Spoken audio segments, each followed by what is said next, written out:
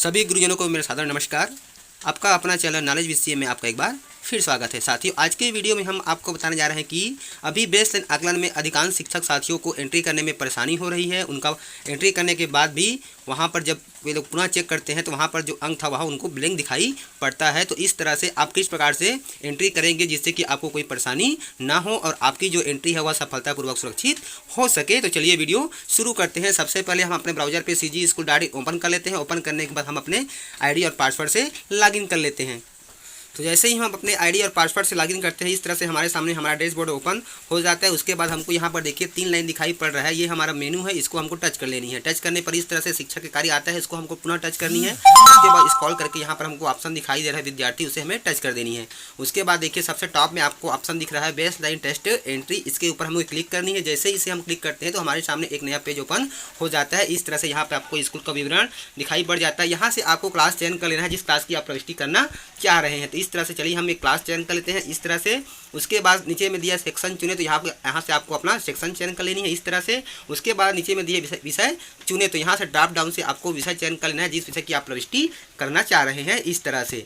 उसके बाद फिर क्या करना है आपको, नीचे में ऑप्शन दिया है विद्यार्थी खोजे, तो हम विद्यार्थी खोज पर जैसे ही क्लिक करते हैं तो जितना भी विद्यार्थी की प्रविष्टि हमने स्टूडेंट एंट्री में किया हुआ था शिक्षा पोर्टल में, उनकी लिस्टिंग हमको यहाँ पर प्राप्त हो जाती है। यदि किसी विद्यार्थी की लिस्टिंग यहाँ पे आपको दिखाई नहीं पड़ती है तो उसके लिए आपको पुनः स्टूडेंट एंट्री में जाकर के उस विद्यार्थी की जानकारी को अपडेट करना होगा, उनकी प्रविष्टि करनी होगी। जैसे ही हम विद्यार्थी खोजे पे क्लिक करते हैं तो इस तरह से हमारे सामने देखिए नीचे पे विद्यार्थी का नाम, उसके पिता का नाम और यहाँ पर हमको सेक्शन दिखाई पड़ जाता है इस तरह से। अब उसके लिए क्या, यदि आप सभी विद्यार्थियों की एक साथ एंट्री करने के बाद उसको सुरक्षित करना चाह रहे हैं तो उसके लिए क्या करेंगे, आप देखिए क्रमांक के आगे में आपको डिब्बा दिखाई पड़ रहा है, उसके ऊपर टच करनी है। जैसे उसे आप टच करेंगे तो क्या हो जाएगा, वो चेक हो जाता है, क्लिक हो जाती है इस तरह से। वहाँ पर क्लिक करने पर देखिए अब सभी विद्यार्थियों में क्या हो चुका है, चेक हो चुका है और सभी के एंट्री करने वाला जो डिब्बा है वह हमारे सामने इनेबल हो चुका है, खुल चुका है। यहाँ पर देखिए, यहाँ पर सीधा हम बच्चों की प्रविष्टि कर सकते हैं। तो इस तरह से हम यहाँ पे अंकों की प्रविष्टि करती हैं। देखिए इसको खंड ए में प्राप्त हुआ है 28, तो हमने 28 प्रविष्ट कर दिया। यहाँ पे इनको प्राप्त हुआ है 12, तो यहाँ पे हमने 12 प्राप्त कर दिया और यहाँ पे प्राप्त हुआ है 7, तो यहाँ पे हम एंट्री करते हैं 7 की। तो इस तरह से प्रविष्टि करनी है आपको, बारी बारी से सभी विद्यार्थियों की प्रविष्टि करनी है। अब यहाँ पर देखिए जो विद्यार्थी एब्सेंट है उनको हमको यहाँ पे ब्लैंक कर देनी है। यदि वह गांव में है बच्चा तो हमको पालक से संपर्क करके उस विद्यार्थियों का असेसमेंट करनी है और उसका यहाँ पर असेसमेंट हमको डालना है। यदि गाँव से पलायन कर गया विद्यार्थी तो यहाँ पर हमको उसको ब्लैंक छोड़ देना है। तो इस तरह से चलिए मैं बारी बारी से सभी विद्यार्थियों का यहाँ पर प्राप्तांक फिलअप कर लेता हूँ। तो इस तरह से देखिए हमने अंकों की प्रविष्टि यहाँ पर कर ली है तीनों खंड में, और जो एब्सेंट है उसको, जो एब्सेंट है या फिर गांव से प्लान, उसको हमने यहाँ पर क्या कर दिया, अभी ब्लैंक छोड़ दिया हुआ इस तरह से देखिए।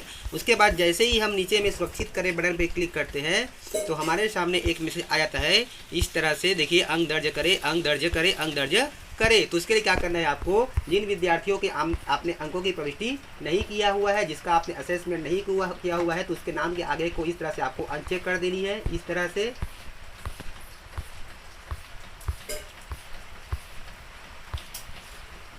इस तरह से है, हमको क्या कर देनी है, उनके नाम के आगे में अनचेक कर देनी है और अनचेक करने के बाद फिर पुनः आपको सुरक्षित करें बटन पे क्लिक कर देना है।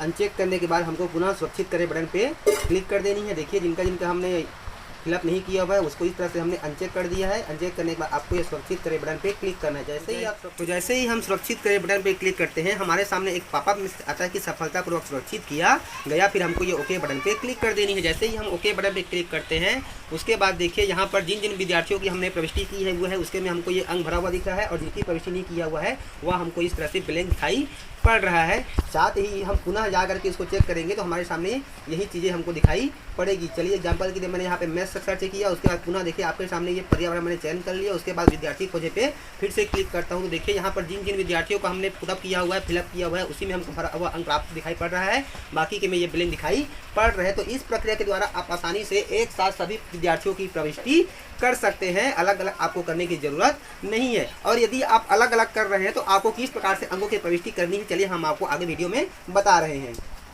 पुनः हम बेस लाइन एंट्री पे क्लिक करेंगे तो इस तरह से स्क्रीन आएगा। यहाँ से आपको क्लास चयन कर लेनी है। इस तरह से क्लास चयन करने के बाद यहाँ से आपको सेक्शन चयन कर लेना है इस तरह से। उसके बाद विद्यार्थी चुने से आपको विषय चुने से आपको इस तरह से विषय का चयन कर लेनी है। विषय का चयन करने के बाद आपको ये विद्यार्थी खोजे पे क्लिक करना है। जैसे ही आप विद्यार्थी खोजे पे क्लिक करेंगे तो इस तरह से हमारे सामने स्क्रीन आ जाती है। अब यहाँ पे हम एक विद्यार्थी के यदि आप चयन करना चाह रहे हैं तो यहाँ से एक विद्यार्थी का हमने चयन किया। चयन करने के बाद देखिए उसका अंक प्रविष्टि करने वाला जो डिब्बा है वह इनेबल हो चुका है। तो यहाँ पर चलिए हमने प्राप्तांक भर रहे हैं कि विद्यार्थी ने इस तरह से स्कोर अर्जित किया हुआ है।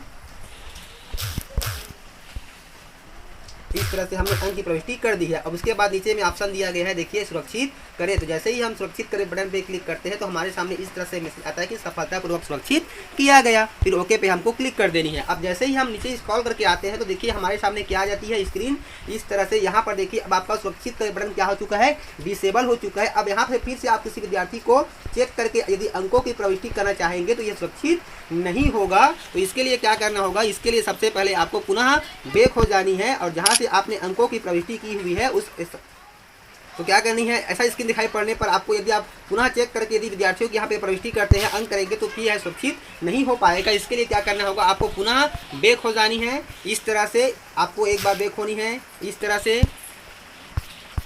अब बैक होने के बाद पुनः आपको इसी सेक्शन पे आ जानी है जहाँ से आप कक्षा चुने, सेक्शन चुने और विषय चुने क्लिक करते हैं। तो यहाँ से आपको कक्षा चुने पे क्लिक कर लेनी है। यहाँ से पुनः आपको सेक्शन चयन करनी है और पुनः आपको ये विषय चुने पे क्लिक करना है। फिर आपको विद्यार्थी खोजे पे क्लिक करना है। जैसे ही आप विद्यार्थी खोजे पे क्लिक करेंगे तो आपके सामने फिर इस तरह फिर स्क्रीन आ जाती है। यहाँ पर देखिए जिस विद्यार्थी की हमने प्रविष्टि की हुई थी उसका अंक हमको फिलअप दिखाई पड़ रहा है इस तरह से, और बाकी का फिर से आप इस तरह से बारी बारी से फिलअप कर सकते हैं। अब यहाँ पर देखिए आपका सुरक्षित करे वाला बटन क्या हो चुका है, इनेबल हो चुका है। सुरक्षित करे वाला बटन क्या हो चुका है, इनेबल हो चुका है। अब आराम से बच्चों की प्राप्तांकों को प्रविष्टि करने के बाद आप सुरक्षित कर सकते हैं। तो इस तरह से आपके ऊपर डिपेंड करता है कि आप किस तरह से अंकों की प्रविष्टि करना चाह रहे हैं। सभी विद्यार्थियों को एक साथ फिलअप करना चाह रहे हैं कि अलग अलग विद्यार्थियों का अलग अलग फिलअप करना चाह रहे हैं एक के बाद एक। तो साथियों आज का जो वीडियो है आपको कैसा लगा हमें कमेंट्स कर जरूर बताएं। वीडियो लाभदायक लगा हो तो जरूर शेयर कीजिए, सब्सक्राइब कीजिए और फिर मिलते हैं साथियों एक नई जानकारी के साथ एक नए वीडियो के साथ। तब तक के साथियों जय जोहार, जय छत्तीसगढ़, जय हिंद।